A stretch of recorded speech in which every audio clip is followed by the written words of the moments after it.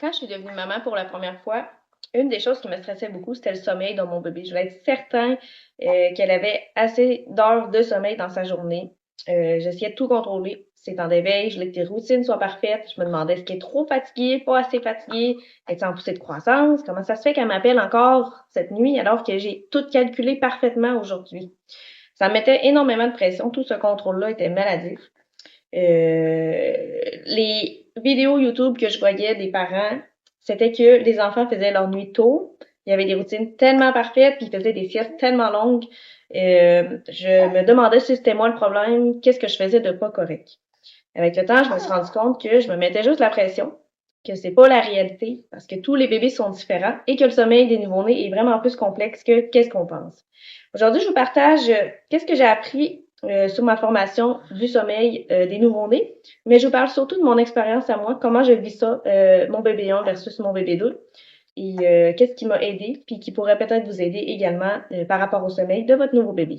À ma première, quand on me demandait est-ce que ton bébé fait ses nuits, ça me stressait énormément. Et j'avais l'impression d'avoir un bébé difficile parce qu'elle faisait toujours pas ses nuits à 2, 3, 4 et j'en passe mois de vie. J'étais vraiment anxieuse de répondre à cette question-là.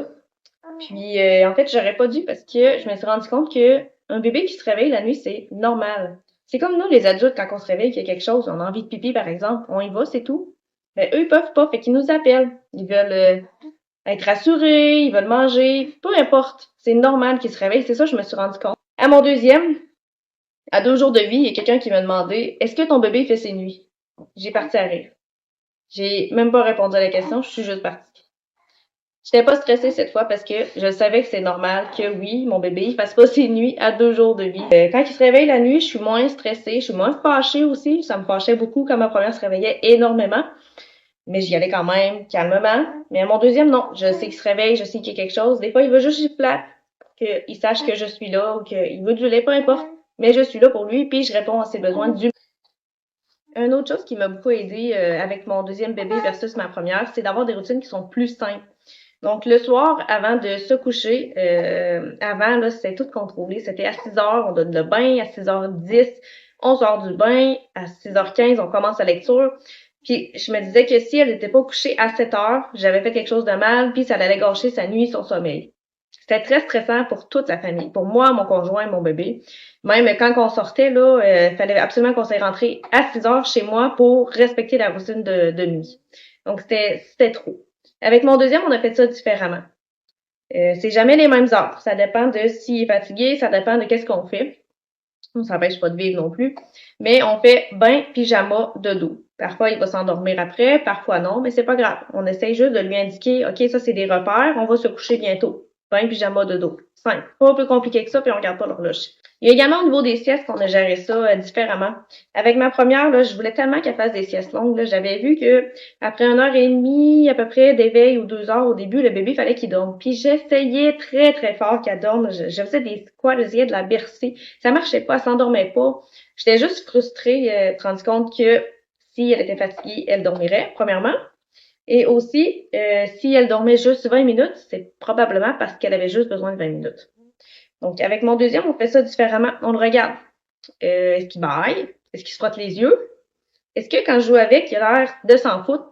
Il est pas intéressé? Ben, ça se peut qu'il commence à être fatigué.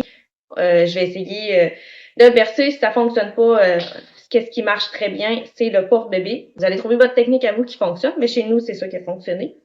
Puis, si après 20 minutes, il se réveille, au lieu de me dire « Ah, oh, mon Dieu, juste une sieste de 20 minutes », je le regarde. Est-ce qu'il est de bonne humeur?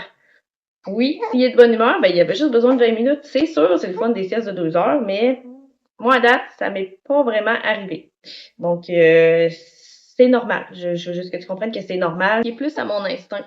Avec ma première, j'écoutais les conseils de tout le monde. Par exemple, dépose-la, arrête de la bercer, tu vas l'habituer. Ferme la porte, puis va juste la revoir le lendemain matin. Arrête de l'endormir au biberon, c'est une mauvaise habitude. Dépose-la dans son lit réveillé. Tu vas voir, après ça, elle va faire ses nuits. Donne-y des céréales. Et j'en passe. Je tiens à dire que la plupart des conseils qu'on m'a donnés n'ont pas fonctionné. Avec mon deuxième, en fait, je me fie plus à moi parce que je me dis que c'est normal si mon bébé m'appelle la nuit et que s'il a envie d'être bercé, Ben, c'est normal parce qu'il y a un bébé. Il y a beaucoup de techniques qu'on voit en ligne qui permettent aux bébés de faire leur nuit. Par exemple, le 5-10-15, le sleep training. Dans la formation que j'ai suivie avec Amélie Sommeil Petit Monde, Anne en parle, puis elle dit que ces techniques-là qui consistent à laisser pleurer bébé, en fait, ça laisse des traces parce que la mémoire émotionnelle elle reste, puis ça a un impact sur le développement. Puis surtout, tu vas être obligé de refaire encore une fois le laisser pleurer ton bébé parce que ton bébé va avoir des grosses phases de développement ou une poussée dentaire où il va être malade puis il va avoir besoin de toi puis il va te rappeler. Fait que tu vas être obligé de le refaire. Donc j'étais contente de découvrir Amélie Sommeil Petit Monde avant d'accoucher de ma première parce que ça aurait pu être le style de technique que j'aurais essayé avec mon bébé plutôt que de juste comprendre que c'est normal qu'un bébé se réveille. Est-ce que c'était le fun de me lever à chaque nuit? Non, c'était pas le fun. C'était difficile. Le manque de sommeil, ça a été atroce, mais je l'ai fait. Aujourd'hui, elle fait ses nuits. Elle les a faites pour la première fois vers 10 mois. Puis faire ses nuits, c'est pas un 12 heures. Elle m'a jamais fait de 12 heures, ma fille. Ça a été un 5 heures que j'ai eu vers 10 mois. Puis vers 15 mois, c'est là que j'ai eu des 8-9 heures. S'enlever de la pression par rapport aux chiffres qui sont donnés, ça l'aiderait énormément de familles. Si ton bébé fait pas bien ses nuits puis que c'est difficile, peut-être qu'il y a quelque chose qui fonctionne pas. À mes 2 bébés, il y avait effectivement quelque chose qui fonctionnait pas. Ma première, elle était intolérante. Pendant un bout, elle avait froid dans sa chambre aussi. Donc, si on s'est posé des questions au lieu de juste se dire ah, elle a des coliques. Oui, oui, c'est normal un bébé qui pleure, mais des fois, faut se poser plus de questions, faut regarder ton bébé puis dire OK, y a-t-il quelque chose qui fonctionne pas? À mon deuxième aussi, ça a été la même histoire. Il dormait très peu au début. Les 3 premières semaines ont été atroces. Il pleurait tout le temps. Il avait mal au ventre, il gigotait, il dormait peu, autant jour que nuit. Finalement, c'est ça. Il était intolérant, il y avait du reflux, il y avait un frein de langue en bas et possiblement en haut. Bref, il y avait tout plein de choses à regarder. Amélie, dans sa formation sur le sommeil du nouveau-né, elle en parle justement des problèmes qui peuvent rendre le sommeil difficile. Et elle dit justement aussi, là, posez-vous des questions à savoir, tu sais, y a-t-il quelque chose qui fonctionne pas? Donc, parents, c'est quelque chose qui est quand même stressant. Puis en plus, on se met énormément de pression avec le sommeil de notre bébé. On veut que ce soit parfait comme sur les réseaux sociaux. On veut donc qu'il fasse des 12 heures de nuit, qu'il fasse des longues siestes, qu'il ne demande pas trop les bras. Pourtant, c'est pas la réalité de la majorité des parents. Les bébés, ils ont besoin de nous. Je pense que si on normaliserait le fait que justement les bébés, ils ont besoin d'être pris, bercés, ils ont besoin d'accompagnement pour dormir, puis ils vont se réveiller la nuit, ça enlèverait énormément de pression aux parents. Je sais qu'un jour, il va être capable de faire ses nuits. Oui, c'est difficile, mais on fait de notre mieux, on apprend en même temps que notre bébé parce que tu sais, chaque bébé est différent.